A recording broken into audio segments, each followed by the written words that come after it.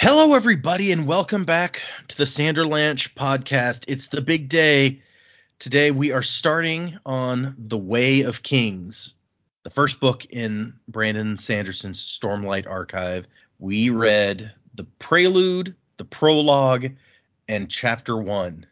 We're in, over the course of about 5,000 years, various things happen. A war seems to end. There's a king getting killed. Unlike the King Killer Chronicles, where we've still seen no king killed, and then there's kind of a more personal fight on a battlefield. But yeah, we'll get into all that. I'm Data, and with me today is Jamie, Jack, and Joe, and I'm sick. So hello. Joe has made the effort to make it, even despite the fact that he is horribly ill. So he didn't want to miss this. I didn't. Who could miss the first Stormlight episode? That's what we're doing, right? Sorry, my brain's not working. Yeah, no, totally.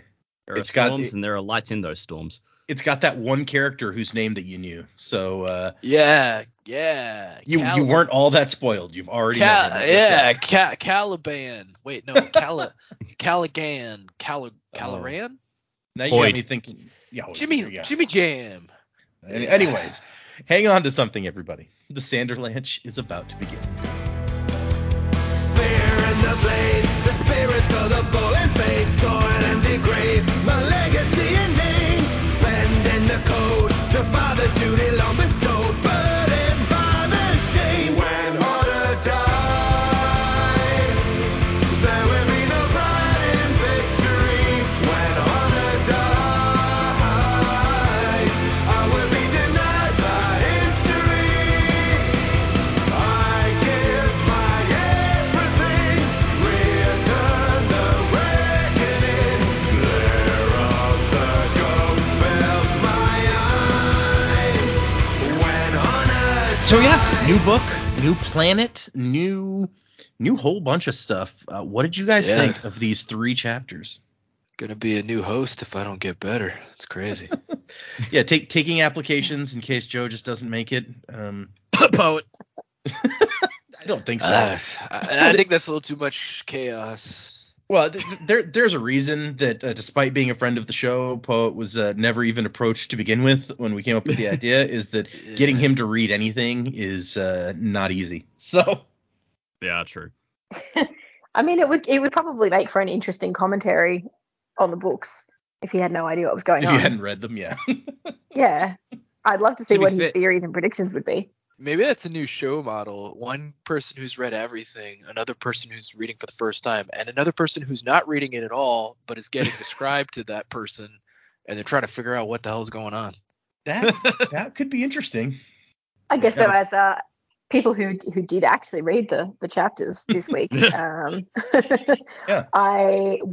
this is a new book. There's a lot of information packed into Prelude, Prologue, and Chapter 1. Holy moly. Already some pretty, I think, visually impressive moments.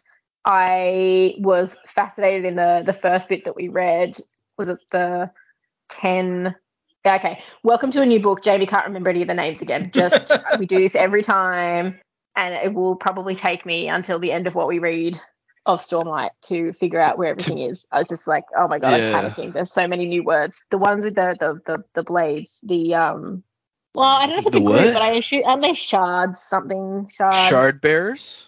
bearers? Yeah, they said Is that, these do these blades guys shard are bearers? beyond even shard blades. I think it says. Okay, Yeah, fine. See? Yeah, these swords are even more special than shard blades, whatever that is. Okay, so this group of more special than shard blades bearers, I'm very interested in those guys. Like, it sounds just insane, and I hope we learn a bit more about all of that, because I was like, this is a whole bunch of information that I have no context for, but it was pretty fascinating from the get-go. The king, I liked the little switcheroo that he played there. It's quite smart to be left alone. Was it Right? was that Seth?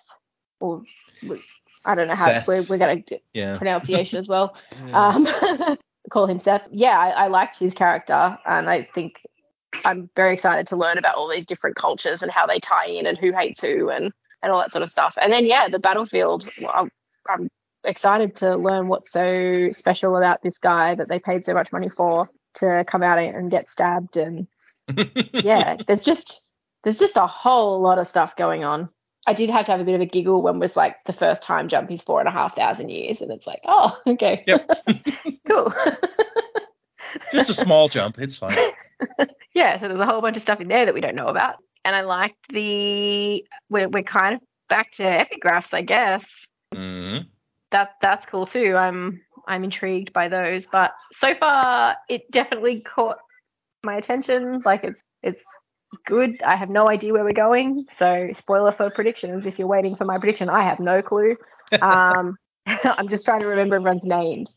Introduction to the powers. I thought the bit about the lashings was cool, and then the picture I built in my head was also really cool. And then I've got Data in the background going, don't think everything is as you expect it to be. And I'm like, I don't even know anymore. But so far, so good. I liked it. Okay. Yeah, it's that's one of the things that stuck out to me when I started reading again this time. What you mentioned is like, oh, epigraphs are back. It's been a while since we've seen those. Like between this and the original Mistborn trilogy, in my brain, like Brandon uses epigraphs all the time, but like we really haven't seen them in a long time. No, that's it. It was kind of a nice memory jog. It's like, oh, that provided us with a really cool puzzle last time. What's in these? And definitely paying attention to them. Good call. Yeah, there's probably something to them. And he definitely didn't waste any time showing us some action and some use of the magic here. So I don't think there was much way you could have gotten to that much faster. Yeah. So nobody's gets to complain that there's no action happening, unless I guess there's no action after this for a long time. Although 2 of the 3 chapters we read this week were pretty action packed. Tied you over for a while, you action junkies. Yeah, so definitely looking down the barrel of of the big epic here. Like even from like the Prelude, I'm just like, oh man, this is gonna be huge. I knew that already, but like just from that alone, it's like you could feel the scope of it already, just from the first not quite chapter. So that was a whole thing. Yeah, I liked our 10 mysterious blade wielders. Really fascinated to know what they're up to, because we'll have to see where that goes, including the one they left behind. The highlight for me this week was Zeth and the action, like him chasing the king down the corridor and then getting into the fight. The way that was all written was just so fluid and seamless to me. And I'm just like, I don't quite know what's going on, but he's using like fantasy inception powers to walk on the ceiling and then pull other people to the ceiling and everything. And I'm just like, okay, don't quite get it, but I am all fucking in on this power set. This is cool. I love it. So yeah, like it almost like when I got to the battle scene with Sen after that, I was like, that's cool and all, but it's no fantasy inception fight. Like nobody's on the ceiling in this fight. Come on. Yeah. And just like, like Zeth just seems like a fascinating character getting in his head for the brief glimpse that we saw. I'm just like, oh man, I want more of this guy. Like he seems really interesting. So yeah, cool. Like good start. Can't wait to see where it goes. Yeah, it's so the last book we read, the prologue, we got to see some of the magic in like Vasher creating little straw men to go and get the keys or whatever. This is some rather more dramatic introduction to the magic than that one. Well, I do feel like this and Mistborn, their magic systems really lend themselves to action more than Warbreaker or Lanches did. So that is a factor. Like that's not a mark against Warbreaker at all. Just like, yeah, these power sets are just seem more designed for that. So yeah, I mean, you can definitely tell that it, as you said, it creates a very dramatic picture and fight when you can send people to the ceiling or make them crash back down onto a spear that you're holding up. And it's it feels like there would probably be very useful things you could do with these powers that do not involve fighting, but it does lend itself well to this. Oh, absolutely. It's like, I mean, there's a little bit of the force in this, like just making things shift all over the place. Like, especially when he was crashing the dude into the ceiling and then crashing back down. I was reminded of, I think Darth Vader did that in Rogue One to some of those poor helpless bastards. So now that you say that, it is like Seth walking down a hall, like just taking out guys it's very much like that Rogue One scene with Darth Vader walking down the hall. They've even both got swords. So Yeah, like the magic glowing swords. yeah. Yeah. I read the Prelude and I was confused. There was these weird the thing that caught my interest was like the weird creatures that were dead with their ribs sticking out, whatever they are. Be interested to know more info. I don't know, something in I don't even remember the name for them because I read the Prelude a lot earlier than I read the rest of the section. They're called Thunderclast. Thunderclast. I don't know if my brain thinks dragon from that name, but I'm sure that's not what it is. It sounds like a Final Fantasy bad guy to me, honestly. Yeah, the Thunderclast. Yeah. Sure. So that was pretty cool. They betrayed some guy. That seems pretty messed up. I'm curious to know what that's about. Surely that guy's going to be out for revenge 5,000 years later. Maybe that's what this is all about. And so, yeah, we've got that. We've got crazy, cool lashing magic. That was interesting and different. It's fun.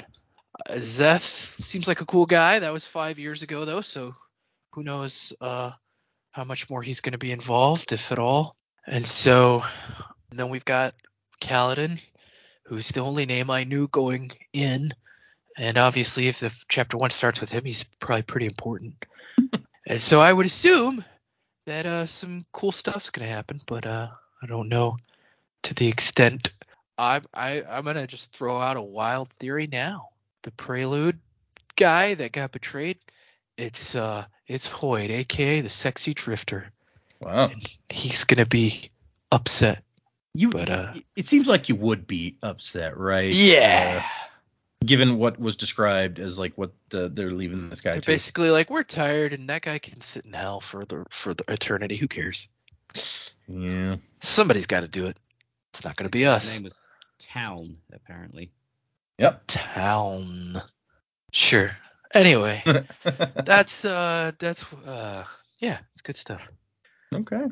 You know what? I am 6, so I'm like underselling it here. I actually really enjoyed all of the Prelude, maybe not so much, but the action stuff with the magic fight, and then even the army battle.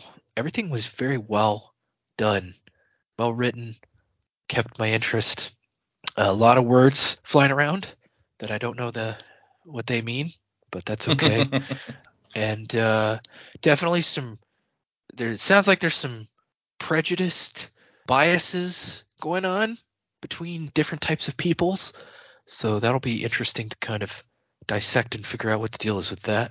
So yeah, there's definitely a lot of names to remember. I guess that's true of whenever we start one of these books. It's like, oh, geez, there's so many freaking names, people and places and things. How am I supposed to keep track of all this? And then you're right, we've already got some like connections set up between people. It's like this person doesn't like this person's fighting that person. Who knows?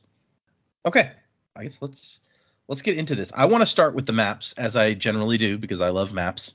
The first map we get is of Roshar, which is the name of this continent and also the name of the planet. So that maybe simplifies things. Jamie was pointing out earlier that there's a lot of places on this map. It's just like there's so much potential here for us in this great big world. Interesting little things to note. Let's see. You've got the Ocean of Origins on the east side and the Endless Ocean on the left side and the Steam Water Ocean on the north side. All sorts of. But when you look at the compass rose, it says north and south, but then the other directions are leeward and stormward. So interesting little. And then the little thing in the bottom right says, for His Royal Majesty King Gavilar Colin by His Royal High Cartographer. So this map was created for the king that we meet briefly in this book, or in this section rather. What else? The name is Sazik Shulin. So is that Naz's real name, or is this just some other dude? I think this is just the King's Royal Cartographer. I feel like Naz would have some extra notes on here somewhere. Yeah, and his map wouldn't look so shitty. It's a nice map. What are you talking about? The one on the Kindle version, like you said, it's not great. It's not great, yeah, because it's like cut in the middle or whatever. Also note that the one large section on here is Alethkar, which we are going to visit in 2 of these chapters. The The prologue, not the prelude, the prologue takes place in Kholinar, which is one of the cities labeled here. And speaking of, the second map is a map of Alethkar. You have a second map? Oh, do you not have a second map? I don't think so. Unless it's after the it's after the prelude. Never mind. Yeah, so I won't hit on it. In fact, you know what? You're right. It's after the prelude. Let's leave it till we get there. So, the prelude to the Stormlight Archive. We meet a guy named Kallak, I don't know how you say his name, who is walking around the dead body of a Thunderclast, or a dying Thunderclast. It's not dead yet. An enormous stone beast. Stone Beast. It made me think of, I know I said dragon, but it also made me think of the Elden Ring. I don't know if any of you have played Elden Ring, but there's like, you go on these bridges and there's these like giant elemental dudes that hang out on the bridges and that you have to like either defeat or like run away from. It's pretty interesting. He describes it as vaguely skeletal in shape with unnaturally long limbs and deep red eyes and an arrowhead face. Even after all these centuries, seeing one up close made him shiver. So this guy's been around a while. Giant stone gorilla. Got it. Yeah. And he's walking through the aftermath of a battle, is what we're getting here. Lots of bodies. So a lot of them human, some of them not human. Red blood, orange blood, violet blood. All sorts of stuff out here. Even some sections of rock smoldered. The capital D Dustbringers had done their work well. But he lived. He says, I actually survived this time, which is dangerous because when he died, he gets sent back, no choice. But when he survives the capital D desolation, he's supposed to go back himself of his own free will. And we'll get a little more of an idea in a minute what he would be going back to. But yeah, this is really confusing. It's like they're saying they're in some kind of unending battle, but then they're like, well, if we don't go back, then it will end. And I'm like, wait, what? Yeah, a little bit strange, right? So the 10 of them had chosen a place to meet beforehand, but when he arrives, only Jezrien is there. Or Yezrien. I'm sorry, it's the soft J in for these people. Whoops, did not pick that. And as he comes up, he sees 7 swords stuck in the ground. It's a very Kingdom Hearts vibe here. Yeah, a little bit. Right. If their master had died, the blades would have vanished, which we see the opposite happen with a certain blade later, indicating maybe that they're not the same sort of thing. These blades were weapons of power beyond even shard blades, unique, precious, and he meets up with Yezrien. I'm going to have to get used to that because I've always said it the other way, but Yezrien looks like a guy barely in his 30th year. I got a very young Christopher Lee vibe off this guy. I have no idea why. Yeah, okay, sure. He's described as being very regal. I could kind of see that. Yeah. Young Christopher Lee, like what Captain America movie was he in? Like an old one? No, he wasn't. I don't think he was in Captain America. He was in one of the Roger Moore James Bond movies. No, he wasn't I'm pretty great, sure. but he was sublime. I'm pretty sure he's in a Captain America movie. I'm gonna Google it. Yeah, hold on, let's find out. Okay. Oh, Data's got it. He played he played the bad guy, but I don't remember who the bad guy was. Well, the last thing Black he did was a short called The Hunting of the Snark as the narrator. I love that poem. That's like my favorite of her works. I hope No, you're that right. Captain Skype America is going to 2, be Death okay. Too Soon, 1979. There you My go. internet is this bad. Rating 3.7 out of 10 on IMDb. Oh Nice. yeah, it's a terrible film. It's terrible. He played Miguel, whoever the hell that is. I think he was the bad guy. Okay, so we found out he wasn't Captain America. That's the important thing. Yeah, okay. he was the Winter Soldier or whatever. No, that's not it. That would have been a thing. Christopher Lee as the Winter Soldier. I can see it. Captain America is about to get chilly. Oh my god. Moving on. Wait, hold on. I gotta tie a bow on it. What is that dude's name? Bucky? No, who is the guy who is in all the action movies with the ponytail and he was terrible? Steven Seagal? Not Jean-Claude. Yeah, Steven Seagal. Steven Seagal as Captain America in. Ah. Yeah, there you go. That's the bow. Steven Seagal. Yeah, in 1979, when he did Captain America, I don't think the Winter Soldier existed. No, he did not. Okay, anyway, back to the book. So Kallak's like, Yezrien, where's everybody else? And he says, they left. Only one of us died this time. And Calic's like, Talonel.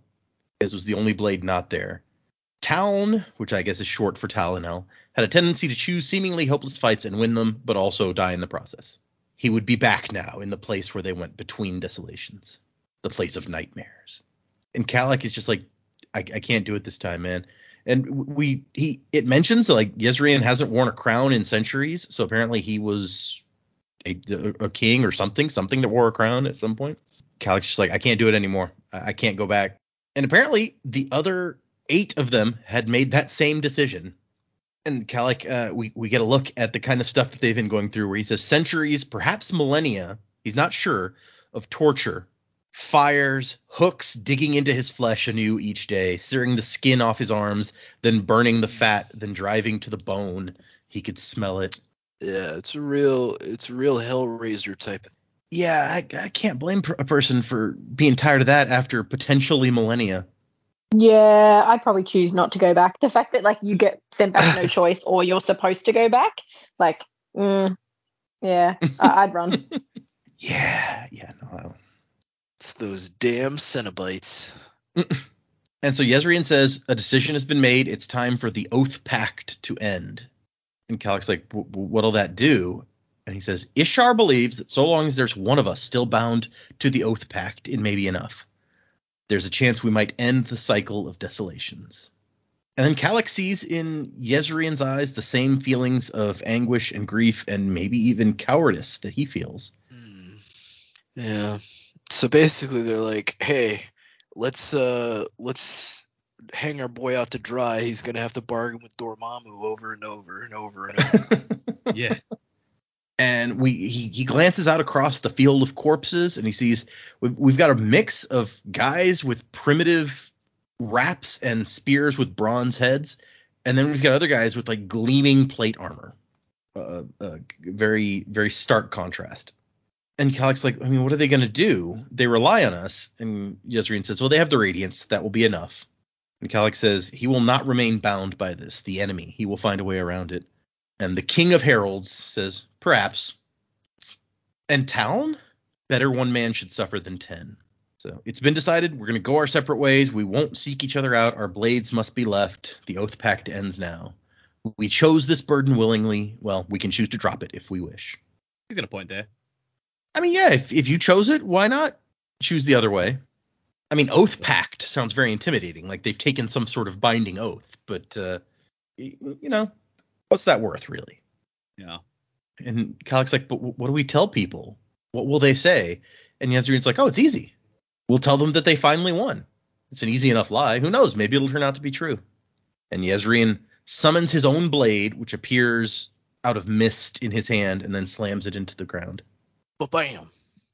I'm done. And then the prelude ends with Calic just being like, forgive us. And then he leaves. Like, he feels bad about it, but not bad enough to go back to that. And so, yes, then we move into Book 1, The Way of Kings, 4,500 years later. And here's where we get the map of Alethkar and surroundings created by His Majesty Gavilar Kholon's Royal Surveyors circa 1167. And the one thing, other than, I'll again point out Kholinar, which is in the Kholon section, and that's the place that we're going to spend the prologue. Did it actually pronounce colon? I've always said Kholon, or Kholin, I think is maybe how it's supposed to be pronounced. I've heard it said that. Colin. It's Colin. No, that's better. That's better than City of Poop. But the one other thing I would point out is when we get to chapter 1, we find out that this battle that is going on in chapter 1 is on the edge of Bright Lord Sadius's territory, and you can see Sadius's territory in the top left of this map. So that gives you a vague idea of the area where chapter 1 takes place. Also, one of my favorite things about this is if you look at the little symbol at the top of the prologue, you get an image of Seth wearing his white outfit and going to kill someone. Very Assassin's Creed. There's a lot of referential stuff going on here. I was going to go with Moon Knight. He mentions at one point, I wear white so they see me coming. Fuck yeah, you do. And we get our first epigraph, which, yes, these will be, we'll see a lot of epigraphs in these books. The love of men is a frigid thing, a mountain stream only 3 steps from the ice. We are his, O Stormfather, we are his. It is but 1,000 days, and the ever storm comes. And then we get A note as to the source of this, collected on the first day of the week Pala of the month Shash of the year 1171, 31 seconds before death. Subject was a dark-eyed pregnant woman of middle years. The child did not survive. Okay, well, that's an up note to start this on. It's pretty dark. And then we get the line that I've often heard people say, reference among like the greatest first lines of a book ever, even though it's not technically the first line of this book. But I do quite enjoy Seth, son Volano, truthless of Shinovar, wore white on the day he was to kill a king. That's pretty cool. Yeah. And so going back to the big map from the beginning, you can see Shinovar on there in case you're wondering where he is from, because it says that he is of Shinovar. It's like over. We're in Alethkar on the right side of the map of Roshar. Shinovar is on the far left side. And so it says that the white clothing was a Parshendi tradition, foreign to him, but his masters required it, and he did not ask for an explanation. And he's at a party. It is kind of the back end of this party, where a bunch of the revelers have drunk so much that they are passed out on the ground, including in a moment he's going to pass by the king's brother, Dalinar Kholin, who is mostly passed out, but refuses to let people take him anywhere else. And there are drums going. And it said that the Alethi, that's the people of Alethkar, the Alethi, not big fans of the drums. They felt like they were, or at least the high and mighty among them, felt like that they're like low instruments. But once you get them drunk enough, it's all good. Yeah, just bring out some wine and we'll all dance. The Parshendi are here, and these are men with skin of black marbled with red, which is an interesting picture to try to conjure, I feel like. But when you say marbled, I think of like marble cake immediately, and I don't know if that's the correct thing to think of. But no, I think they're probably pretty close, just like those streaks of like faint hints throughout the coloring. That makes sense. Yeah. Cake. The Parshendi are cousins to the more docile servant peoples known as Parshmen in most of the world. The Parshendi is the Alethi word for parshman who can think. Neither side seem to find that insulting. It's just the Alethi light eyes are the ones hesitant about the drummers, by the way. So yes, Dalinar Kholin is passed out at the table, or at a small table, but he will not let people get him to bed. Where was Yasna, the king's daughter? Elokar, the king's son and heir, was at the high table, ruling in his father's absence. So the king's not here, his daughter's not here, his brother's passed out, but his son's here, so it's all good. As long as there's a responsible adult in the building, it's fine. You know, we don't know how drunk Elokar is, though, so maybe he's not very responsible. Who knows? We get our first reference to Spren, which we will see a few more times. Spren being referenced. These are music Spren zipping through the air around them. Tiny spirits taking the form of spinning translucent ribbons. And Seth is kind of confused because tonight a treaty was signed between the Alethi and the Parshendi, but the Parshendi have ordered him to assassinate the king of the Alethi tonight, which is an odd time for that, the night that you signed the treaty. I guess no one's expecting it. This is true. Except maybe the king. And Seth has some opinions on stuff being profane. For instance, let's see, there are, as he's going down this hallway, there are azure lights coming from cages on the wall that hold sapphires infused with Stormlight. Which, hey, Stormlight, there's a word that is in the title of the books, at least. You know that's probably important in some way. How could the men of these lands use something so sacred for mere illumination? Also, it was said the Alethi scholars were close to creating new shard blades, which he thinks that would be real bad. If that happened, then probably all the countries in the world would be speaking Alethi to their children before long. I'll give you guys, in case it helps you to conjure the picture here. Alethi are generally, they're very tall as a rule, and skin tones ranging from what you might think of as like a South Asian to an East Asian skin tone, like anywhere in that range, kind of. Whereas Seth, being from Shinovar, he is shorter, and the easiest way to say it would probably be he would probably look like what you would think of as like a European, like white guy would look like the height that you might imagine from your average guy. And and stuff like that. So he is unusual in this circumstance because all the Alethi look very different, but he'd probably be kind of what you would think of as an average European. The men wear coats with buttons down the sides, and the women wear dresses, grand silk dresses, with the left sleeve being longer than the right and covering the hand. Alethi had an odd sense of propriety, he thinks. So he goes out of the main feast into the beggar's feast, a tradition where the poorest people in the city were given a feast also when the king was feasting. So that's nice. And there's a guy there who he's not sure if he's crazy or drunk at first, who's just like, have you seen me? And then laughs. Seth ignores him. I mean, come on, you could talk to the guy at least. And he walks past the statues depicting the 10 heralds from ancient Vorin theology. Yezereza,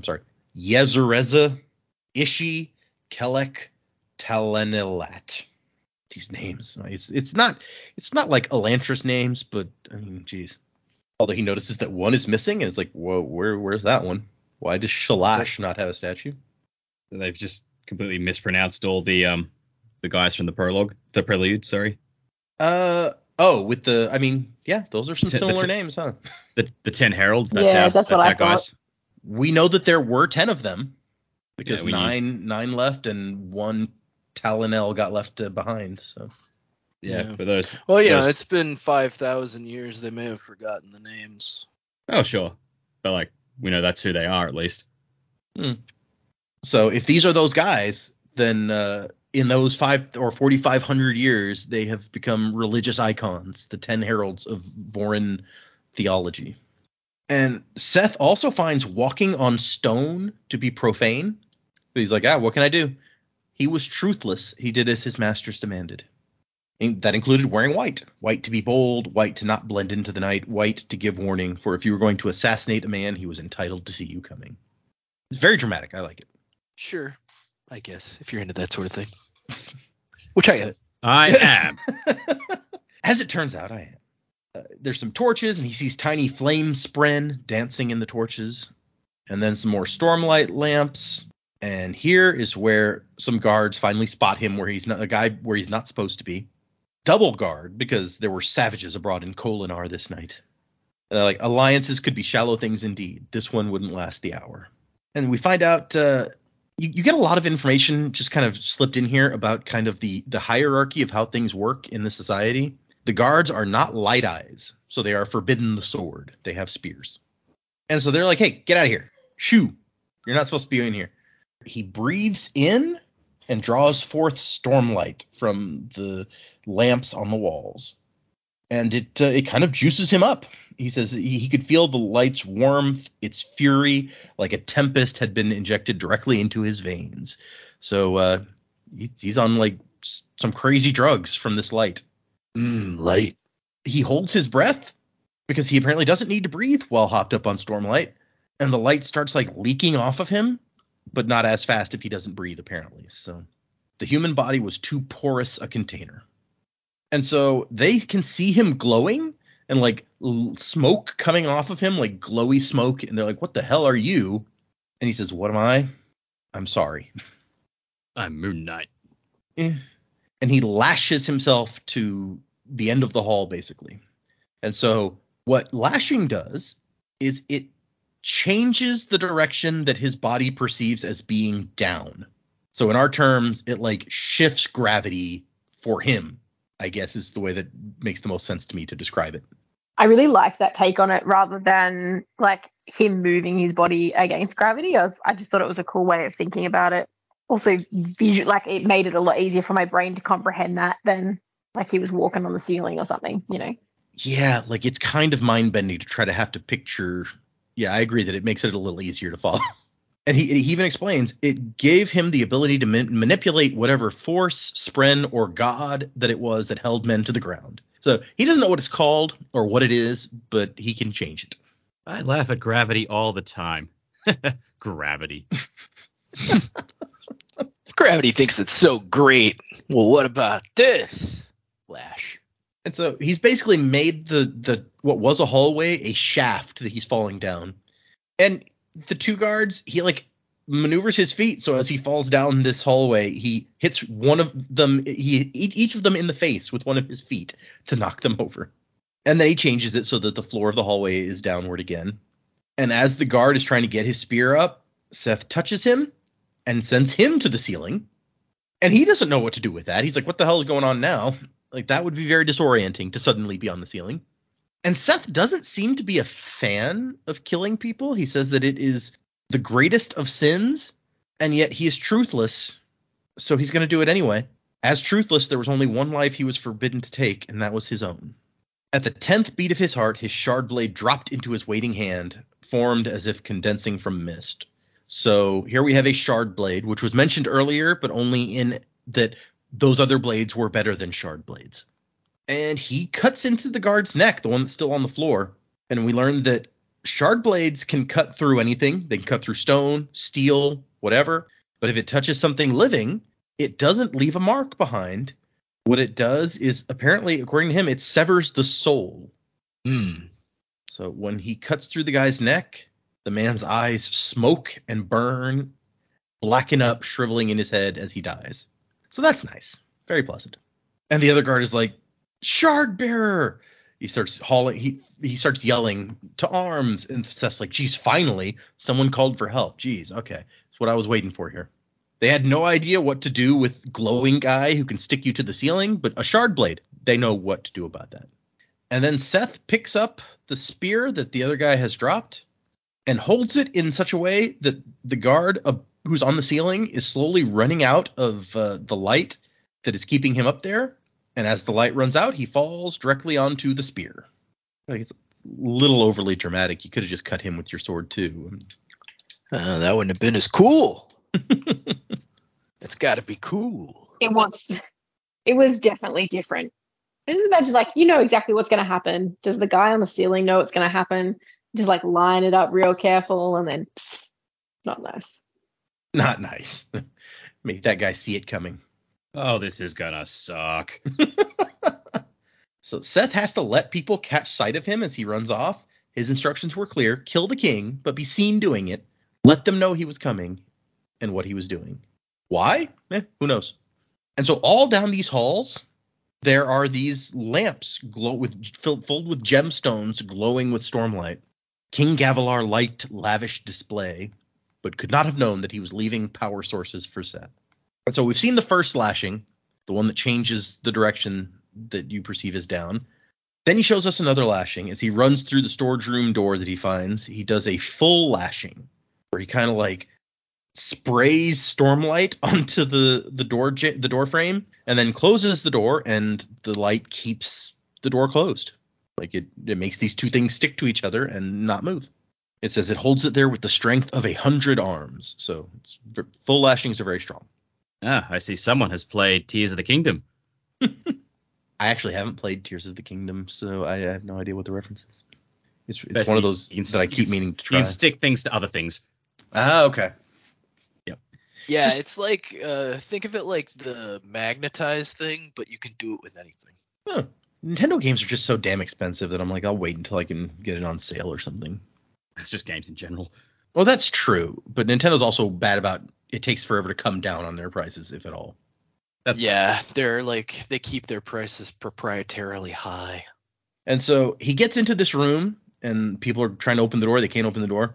He uses his shard blade to cut through the stone at the wall at the back of the room, and then he lashes the block towards the door so that is down for the rock, the big square that he's cut out of the wall. And so just as the soldiers manage to break their way through the door, an enormous block of stone smashes into them. Oh, it's so fucking cool. This is such a cinema. Like, this is a thing that you could see.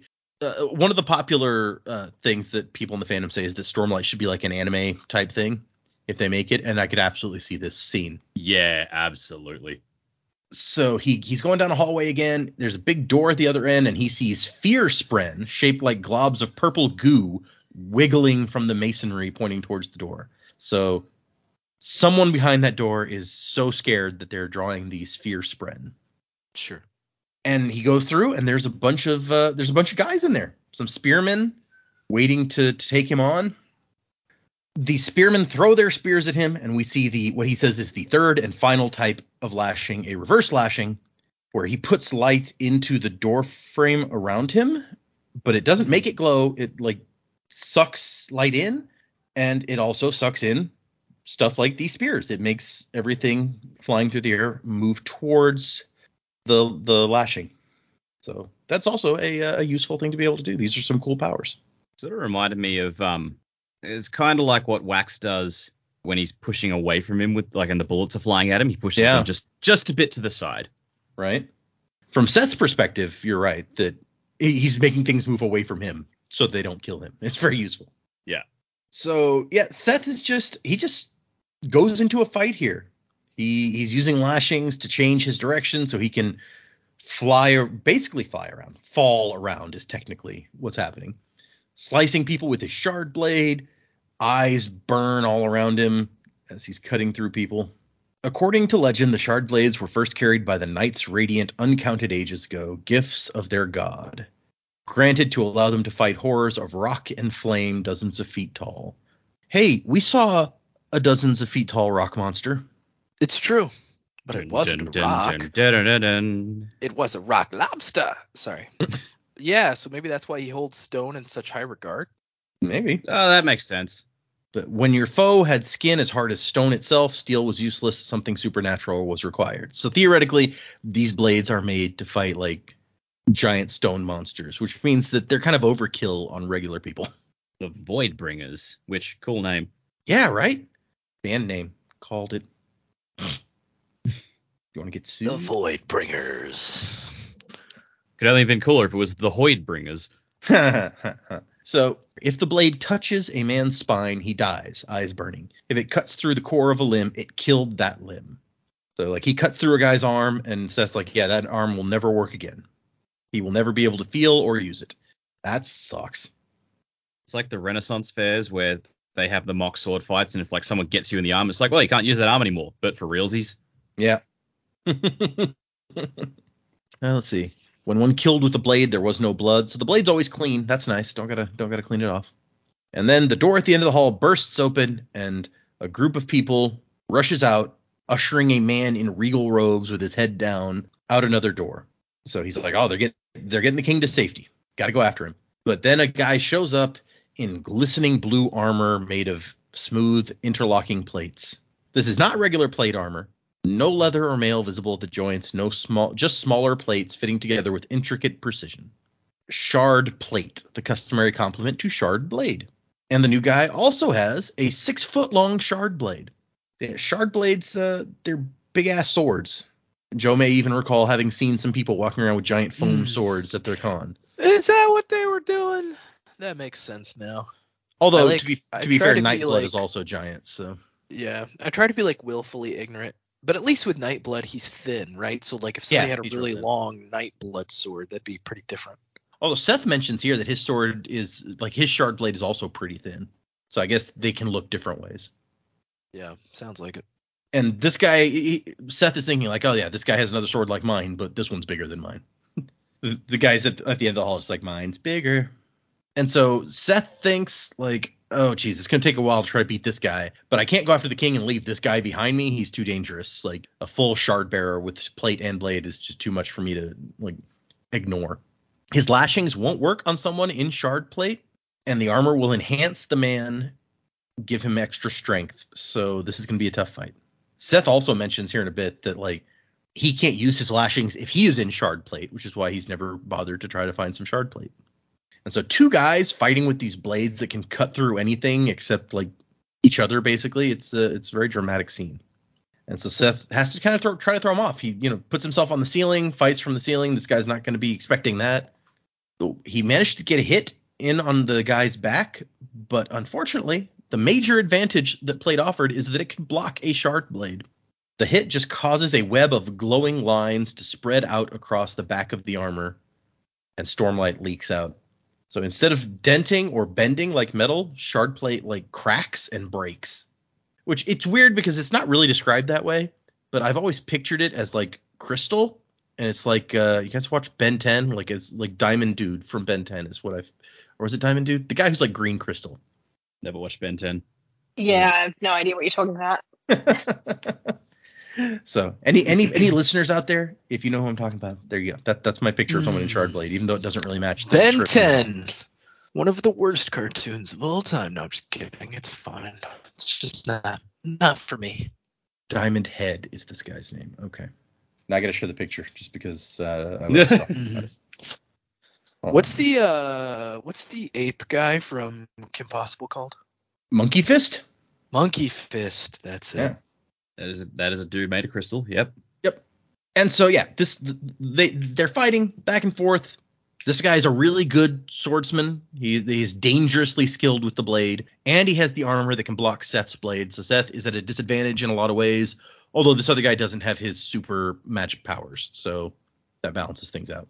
But Seth is thinking, this is taking too long. Like, the king is going to get away, and I'm supposed to kill the king. That's my whole job here. So he manages to hit the guy and throw him off balance enough to like knock him down. One of the pieces of plate shatters, and the guy drops to one knee, and Seth's like, here's my chance. And he's going to run off and try to grab the king. The king and I. The shard bearer, the guy who's supposed to be bodyguarding the king, just seems like he's going to let him go. Like, as Seth runs off, he realizes the guy's not trying to follow him. He's like, I didn't hit him that hard, did I? There's no way that. And that's what makes him think, like, wait a second. It was said that few men could rival Gavilar Kholin's swordsmanship. Could it be? What is the safest place for the king? Running away with some bodyguards, or in the like impenetrable suit of shard plate and then left behind, dismissed as a bodyguard? That was pretty clever. Yeah, and it's clever for Seth to have seen through the ploy. So. Yeah, well, Seth's mama didn't raid no dummy. And I like when Seth starts lashing pieces of furniture at him. And so you got the king here, like a couch is flying through the air at him, and he tries to like chop it in half. And then he gets hit by like a footstool. And the fight goes on. They're honestly, they're both pretty good. The Shardbearer gets in like a punch in Seth's face with his like increased strength, which Seth's like, oh geez, that hurt. That hurts a lot. And he says the blow would have killed an ordinary man. No time for pain. No time for pain. But the Stormlight also heals him. His jaw felt unhinged, broken. But the light is gradually healing him now. That's good, I guess, for him. And they end up out on this balcony after he's taken this punch. And he starts lashing the balcony downward. So in addition to changing the direction of what I'm just going to say gravity, because that's the way that it makes sense. If he repeatedly lashes in the same direction, it increases the weight or something. It makes gravity pull extra hard on this. Increases the force? Yeah, I mean, I'm not sure what the best description is. That's probably the most scientific one. Is like it's increasing the amount of force. Yeah, and he lashes the balcony downwards 4 times. So I guess that's like making it 5 times as driven downward. So scientifically, which I know, pseudoscience, whatever. This is what I'm trying to figure out what's happening. By lashing this magic power, what's actually happening? Is gravity being affected, or is some magical force just pushing them in a different direction? Well, when he changes his direction, like to fall down the hallway, it doesn't seem like normal gravity is still pulling him downward. He's not like gradually going down towards the ground while he's also headed. So yeah, so I guess it like somehow nullifies gravity's normal thing, but I'm still wondering if it's actually like, is it a nullification of gravity and a magical force pushing one way, or is it gravity changing? Because it doesn't affect everyone, just specifically him, or just whatever he's lashing. I guess it's more specific because it's the balcony here. But yeah, it's weird, right? Freaking magic. The Shardbearer steps out onto the balcony, which the wood starts to crack, and Seth lashes it downwards a 5th time, and it breaks. He uses his final bit of Stormlight to lash himself to the side of the building. So now, while the king in his armor and the balcony are falling downwards, he's just like standing on the side of the building, like, look at that. And while shard plate, it says, would normally protect a guy from a fall like that, Seth had broken a section of plate earlier, and there's a giant chunk of wood shoved into Gavilar's side where the plate was broken. So that's unfortunate for him. And as he goes down there, Gavilar's like, I expected you to come. And Seth's like, really? I didn't expect to be here. Okay, if you say so. And the king says, you can tell Thydakar that he's too late. And Seth's like, I don't know who that is. And the king's like, then who? Restares? Sadius? Which, hey, Sadius is a name that we hear in the next chapter. So at least that's somebody who we know who the hell. Not even that we really know him yet, but it's a connection. And Seth says, oh, no, my masters are the Parshendi. And Gavilar's like, what? That makes no sense. And Seth's just like, yeah, I don't know what to tell you. It's like, look, dude, I just got hired to do this. I don't know. Like, I just do what they tell me to do. Yeah, I don't know what to. And Gavilar's like, he gives him a crystalline sphere tied to a chain and says, take this, they must not get it. And then says, tell my brother he must find the most important words a man can say. And then he dies. And like Seth's sitting there thinking, like, he said that makes no sense. Nothing makes sense anymore, man. I'm sorry, King of the Alethi. I doubt that you care. Not anymore, at least. At least you won't have to watch the world ending with the rest of us. Oh, that's cheery. And when Gavilar, watch the world burn. Ominous. When Gavilar dies, his shard blade appears next to him. Which I guess I didn't mention it, but like earlier when he gets knocked over during the fight and loses hold of his blade, it vanishes into mist. So the shard blade is worth a fortune. Kingdoms had fallen as men vied to possess a single shard blade. And Seth says that a dying request is sacred to his people. So he dips the dead man's hand in his own blood and then writes on a piece of wood, brother, you must find the most important words a man can say. And then he leaves. Doesn't even bother to take this shard blade that's apparently like one of the most expensive things ever. He's like, one is enough. I've already got one. I told them we already got one. Oh. So that's the end of the prologue. Very dramatic. And we move into part 1. And unlike a lot of, in fact, I don't recall if any of our books had titled chapters before, but this book has chapter titles.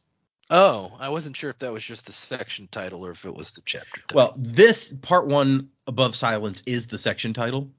On the next page, the chapter title is Stormblessed. But I will tell you, while we're here at the part 1 page, you can see it says part 1 Above Silence, Kaladin, Shallan. When we start a part, you will get a list of not necessarily all, but the main viewpoint characters for this part. So that's what that is. These are the two people whose point of views we will be in most of the time in this section. So yeah, cool. Chapter 1 is Stormblessed. And the epigraph here is, you've killed me. Bastards, you've killed me. While the sun is hot, I die. Collected on such and such, blah, blah, blah. 10 seconds before death, subject was a dark-eyed soldier, 31 years of age. Sample is considered questionable. And so this is 5 years later. So the king of this nation was assassinated by the guys that he just signed a treaty with 5 years ago. And we are in the perspective of Sen, Cenn, I assume that's Sen, who is a young guy going into his first battle. And he's just like, I'm going to die, aren't I? Oh, Stormfather, I'm going to die.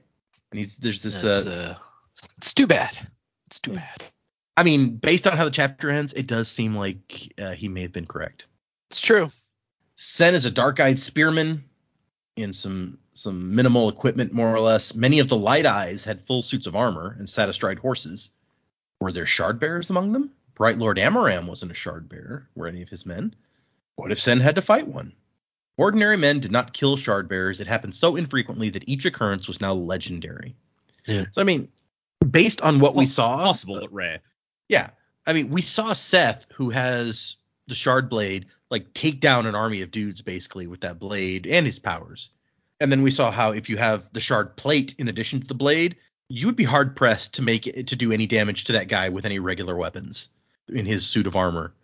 That even the shard blade can't, like, break through unless you hit it 2 or 3 times. So I think it's easy to see why that wouldn't happen very often. And so Sen is 15, and he is talking to Dalit, a mountainous bearded man. And Dalit's like, you're not going to die. You're going to be fine. I barely had 3 months training. He's like, no, dude, you're going to be fine. Because you're in Kaladin Stormblessed squad. Oh, wow. So fancy. And everyone around is like, oh, no, yeah, totally. Ooh. And then here comes Kaladin. who is not like he says maybe 4 years older than me, which would make Kaladin around 19 if Sen is correct. Little taller than Dalit.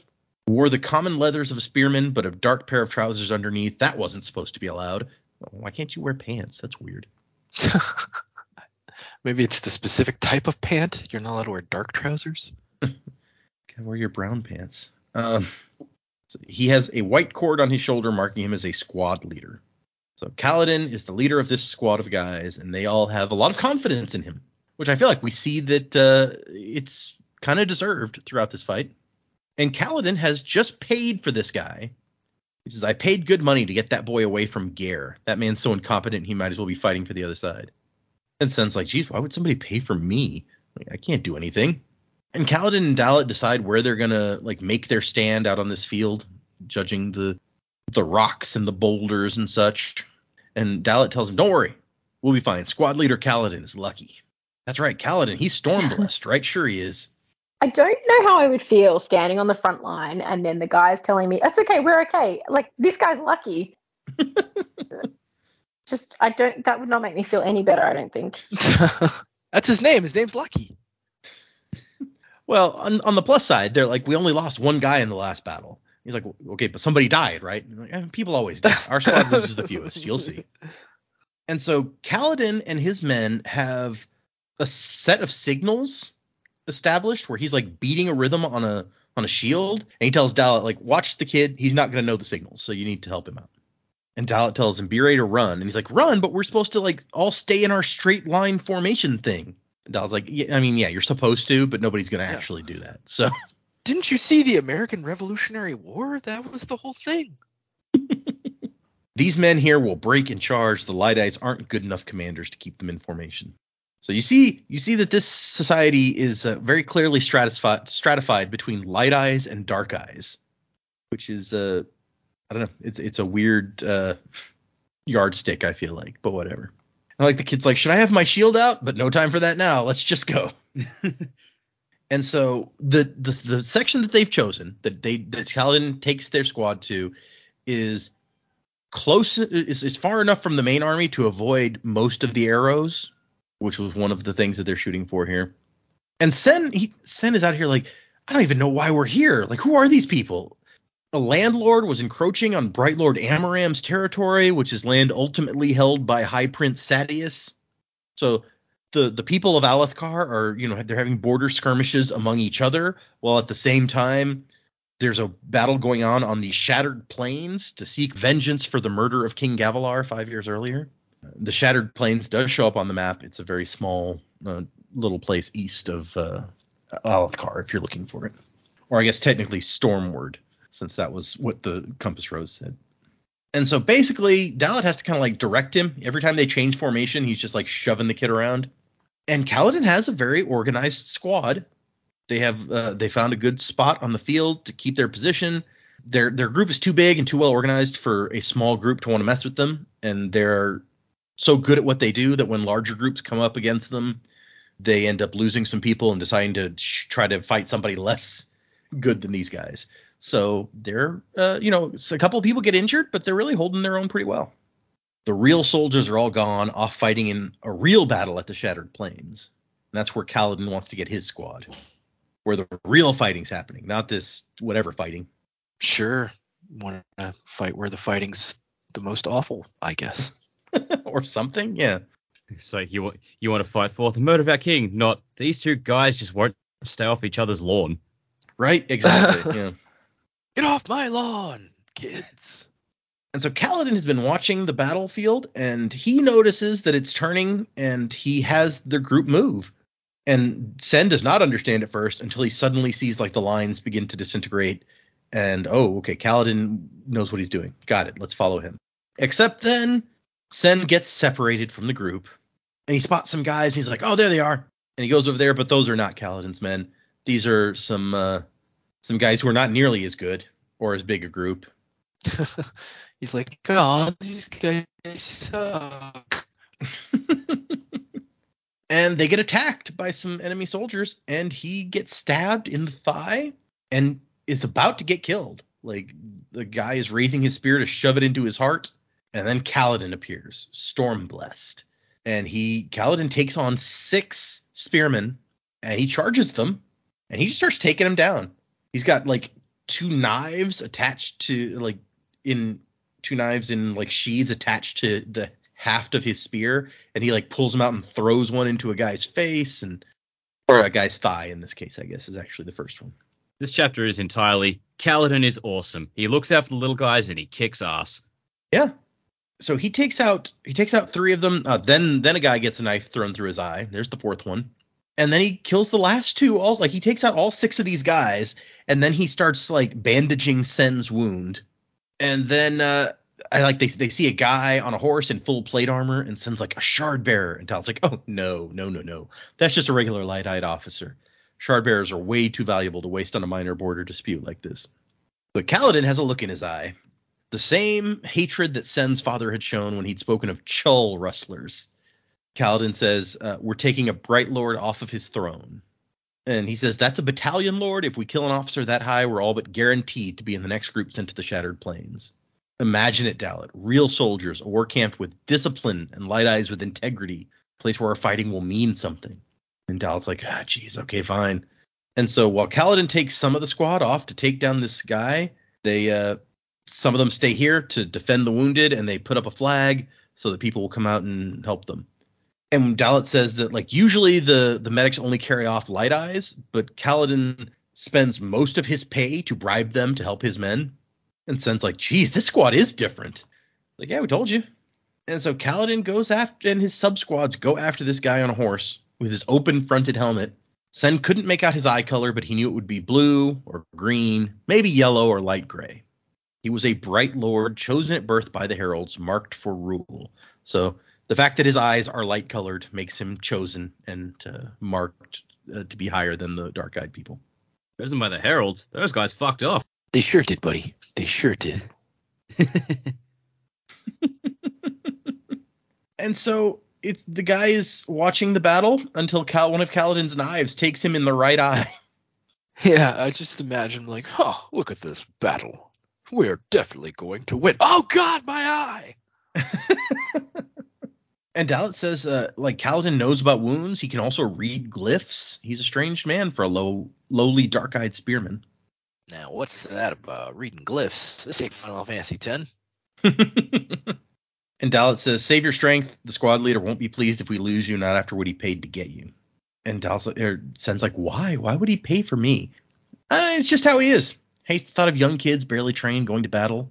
A good half dozen of our men were once like you. I think you all remind him of someone. Bum, bum, bum. Foreshadowing. Right? Yeah. And then here comes a horse. A massive black horse bearing a rider in gleaming armor that seemed to radiate light. Seamless. Incredibly intricate. Carrying a massive sword in one hand, fully as long as the man was tall. Not even a simple straight sword, curved, like flowing waves, etchings covered its length. He's like, oh man, that's like a work of art. Sen had never seen a shard bearer, but he knew immediately what this was. Didn't Dalit say there wouldn't be any shard bearers out here? You didn't fight something like that. That gorgeous, intricate, sinuous sword. It was like the Almighty himself was walking the battlefield. Why would you want to fight the Almighty? Sen closed his eyes, and that is the end of our section. And I'm going to mention at this point, I should have mentioned up front, the song that we're using for this book is called When Honor Dies. It's like the Ghost of Tsushima song. Ah. And I was inspired for it because the title of chapter 2 is Honor is Dead. So that tracks. Yeah, right. So anyway, thought I would mention that since I just flipped over to that page and saw that title. So yeah, those are our chapters. New book, new world, new everything. What do you guys? What's going to happen? Predicaments. Where are we going here? Yeah, I have no idea. I think it's very, very too early for me to go too far. I think I'm hoping that we see Seth come back somewhere. I'm assuming there's something special about Sen, but I don't know what that's going to be yet. I don't know. It's very, very early for me. Even for like a far-fetched out there prediction, I've got nothing. Not helpful at all. Well, no, that's fair. What have we got? We've gotten a bunch of names and places and things dropped on us and some magic, but I agree. It would be hard at this point to try to stick any of them together in a way that makes sense. Absolutely. So, I have thoughts of where this book is going, just because this is the big epic, and I know that's let's think of that in mind. 10 heralds at the start of the book. They mentioned that they're doing whatever they're doing to prevent the enemy from getting out. They're fighting the stone monsters. There was mentioned that the shard blades were designed to fight gods, and that's or equivalent, and they fought the Voidbringers, which were those monsters. And all that. Big stuff. So I believe that the enemy the 10 heralds are fighting us was a shard who controlled the Voidbringers and is trying to break out. I imagine this shard is probably held in some prison like Ruin was. I think maybe another shard was opposing it, like Preservation, but this one is completely splintered, not like Preservation, still hanging in there by a thread. And the bits of this other shard are what made the shard blades and the shard plate and whatever blades the heralds were using to fight off the bad shard. Like, they were all invested with a bit of the good shard's power. So let's swing for the fences. Whoever that bad shard is will break loose at some point. So that's the big overarching prediction. As for the smaller one, I feel like whatever Kaladin does here on the battlefield involving this shard bearer with the Bright Eyes Enforcer, he will get sent to the Shattered Plains, and he will uncover some plot there, which ultimately ties into the shard coming back, but we don't know how yet. And he's going to come across Zeth, and he'll get that little shiny ball that Galavar gave Zeth, and then maybe they'll go on the run together. That'll be fun. Best buddies road trip movie, Kaladin and Seth. Let's uncover this plot, the plot of gods. I do like that you pointed out, or at least touched on one thing that I feel like is a whole thing here, because the word shard gets thrown around a lot in these first 3 chapters. And shard has a very definite meaning that we've seen elsewhere. So we were even calling at one point the people who like had a shard, they were shard bearers. And then somebody, I think, pointed out an email. It's like, well, that kind of means something else, because we now have met some shard bearers who are definitely not people holding, a shard. Yeah, but we didn't know that at the time. No, we didn't. Yeah, get off our case. Yeah, if we'd started with Stormlight, like the whole shard thing would have been what shape that would have taken in our minds would have been completely different. Yeah. Yeah, Stormlight Archive. It's like you're very inconsiderate, Stormlight Archive, to use a term that we already know is related to something in a completely different sense. Yeah, what's wrong with you? That's why it's the big one. It can use these terms. Yeah. I like that you threw some stuff out there. At least you're like, here's some possibilities. We've got the weird glowy ball thing that Seth has. It's gotta mean something sometime, right? And we've got all these the Shattered Plains getting brought up here. So Kaladin really wants to get there. Maybe he'll get there after this. Yeah, coming in swing. Yeah. I like it. Left hook, right hook. You go, man. Back B, back down B.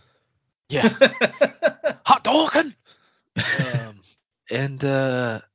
So that leaves just me, eh? I'm glad I went last because I think I was spoiled on something else, and Data doesn't have to confirm this, but I'm going to put it in my theory since I think I heard tell about this. It's not a huge deal, but I'm going to point it out first since I brought it up. So the line, I think they remind him of someone. I'm pretty sure there's a whole thing between Kaladin and his brother in these books. I think I kind of got spoiled on that just for overhearing people talk about stuff, both at the con and my friends that have read Stormlight Archive that are not me. And so I guess that are there's not you. Good. Yeah, exactly. I'm my own friend. What are you trying to say? Anyway, so yeah, I think they're talking about his brother, which they may not know who they're talking about, but I think that's the idea. And then Sexy Drifter / Hoyd is the last one left out going to hell, and somehow he got out or something. I don't know. I'm gonna go with that. That's probably not true, but it's a nice thought. And Hoyd is Talon, eh? Yeah, that's the theory I'm going with for right now. It's probably not correct, but it's a wild one, so I like it. I just like the beginning of the story to tie in more directly somehow to the overarching Cosmere, and so I'm just gonna go with that. And so we got that. What else do we have here? Let's talk a little bit about Kaladin. Seth, however you say his name. I don't know that he's going to come back for a while. I think he may be gone for a bit. Maybe he'll come back later, like way later. But I don't know. I think he was more to help set up the kind of current political climate that we're in. So I don't know that I'm going to guess that he's not going to play a major role in the book. But maybe I'm wrong about that. That's just my theory. For right now, I don't know how grandiose and large Stormlight Archive is at this point. Like, to me, I'm just dipping my toes in the water. I really haven't tried to go and look and see how many books there currently are or how many there will be. I know Data has probably mentioned it, but I try to, like, not remember that kind of stuff because I want to be kind of know as little as possible. I feel like that's how the show works best. And so for my overarching theories about where the book is going, I mean, Kaladin, I've heard his name enough from friends that I assume he's going to be the main protagonist through all of the Stormlight Archive. And so I assume he's going to go on some grand adventure and realize his powers. I think he's going to end up being a shard bearer, because it would be pretty weird if these people with these amazing powers and magic systems exist and our protagonist doesn't become one. So I think that's what's in store for him. That's about all I got. Kind of logical. If there's cool magic powers and there's a protagonist, then protagonist should probably get some cool magic powers. I guess there's what's that book series?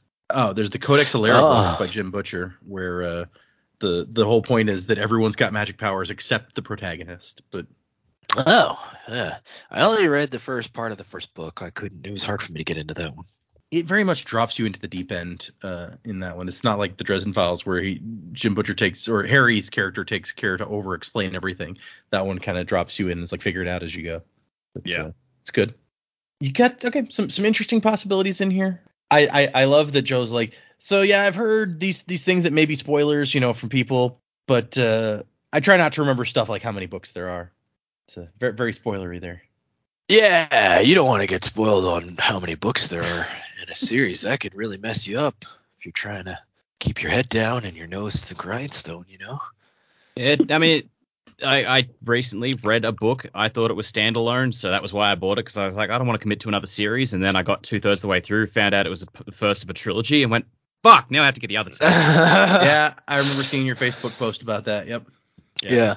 Well, for me, it's more like I heard, most of my Cosmere data comes from Data, not to be punny, but this was something I'd heard from several different sources. I think that's probably why it stuck in my brain. Sure. When you hear something from a bunch of different places, you're like, oh yeah, that thing. For the record, the 5th Stormlight book should be coming out next year. All right, so we're about to have 5. Spoilers. Yeah, what the hell, man?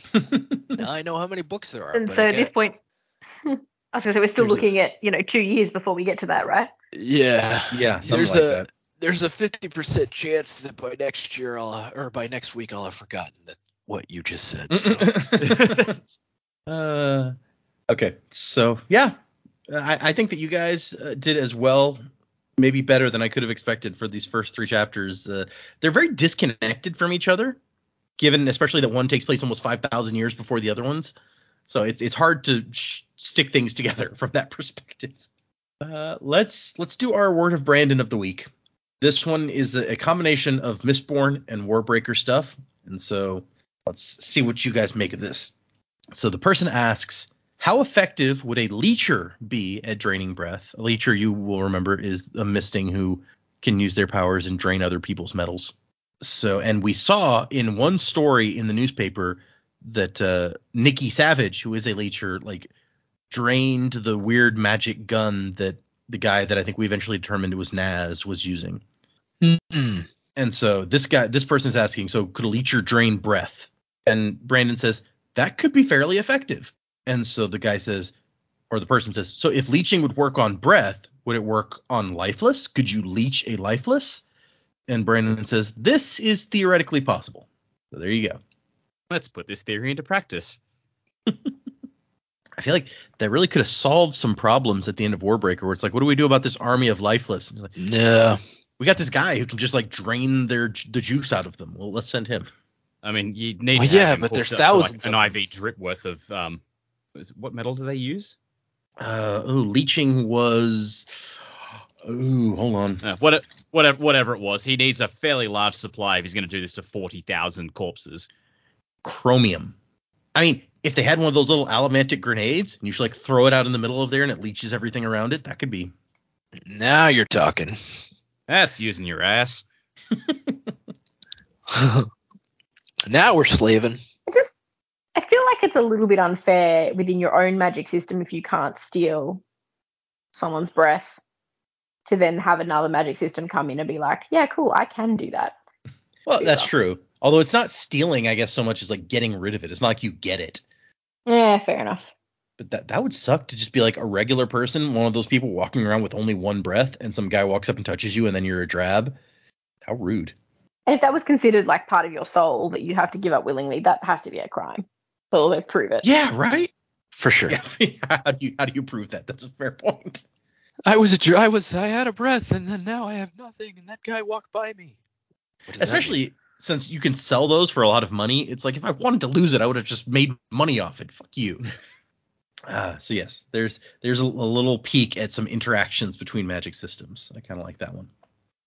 We have a new email, and I think we have two new.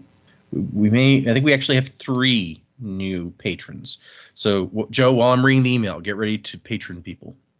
The email is from Carter, and it's titled "Caught Up." Hey, Sanderlanche crew, I've been listening to the podcast for almost a year now, and I've just caught up to the most recent episode. I will pause to say that feels like a more normal time period than it's like I started listening to you guys last month and I binged the entire thing. Back to the email. It's sad not having a 100 episode backlog anymore because I think this is a great podcast. With Stormlight Archives just on the horizon, I wonder if Jamie, Joe, and Dak would have any predictions on where, if anywhere, we might find our sexy drifter. Might be a bit early for that question since we haven't seen what the world is like yet. Also, just for data, yes, I agree with what you said. That is going to be a fun thing. The part that you put just for me. Either way, I'm glad to have found this podcast. Wasing to the time of next, Colo, from Carter. So yeah, any predictions on where the sexy drifter might pop up? Well, I already made that prediction. Oh, that's true. I'm sorry. Well, you 100% did. It's been 5,000 years. He's out by now. Yeah, true. I mean, that was the whole thing. Sure. They kept getting out and then going back. So that's true. I do think we would have to assume at some point Hoyd will show up as a beggar. That's his normal shtick, right? So, and he was a storyteller in Warbreakers, so yeah, I did like his storyteller. I like that he had a little bit more substance there and wasn't just showing up. I mean, he had substance. He was obviously a bit more present in Lost Metal as well, but yeah, I feel like he'll be around, but maybe because he's in every book, right? But he's not like maybe he won't show up as more of a person. Like he'll just be kind of mentioned in passing in the first couple and then maybe turn up more later.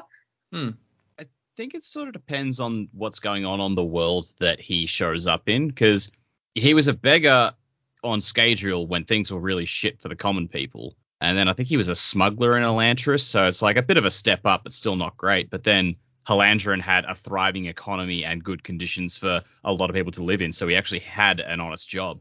And then White Sand, like, he didn't talk, but he was a bard, we think. Or, yeah, he was like he was walking around singing in the background. Yeah.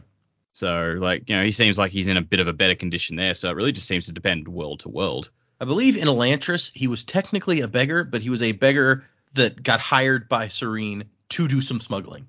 Right. Okay. And Emperor's Soul as well. He was the Imperial Fool. Yeah. We didn't actually see him, but he got talked about. Yeah. Yeah. So yeah, there's possibilities. Maybe beggar, maybe something else. Okay. That was our email. Let me bring up our new patrons. So we got 2 at the Ska level and 1 at the Misting levels. The first one is a Ska level backer. It is Brad. Brad, you are a subsumer. Ooh. I like the name on that one. It's fun to say. Subsumer. Yeah. The next one is Magnus VD, also at the Ska level. Magnus VD. Not to insult you, but your name makes me think of venereal disease. Magnus VD, you are a sparker. Yeah, that's a good one. And then our misting level backer is Nio NYO 117 is what it is. Neo 117.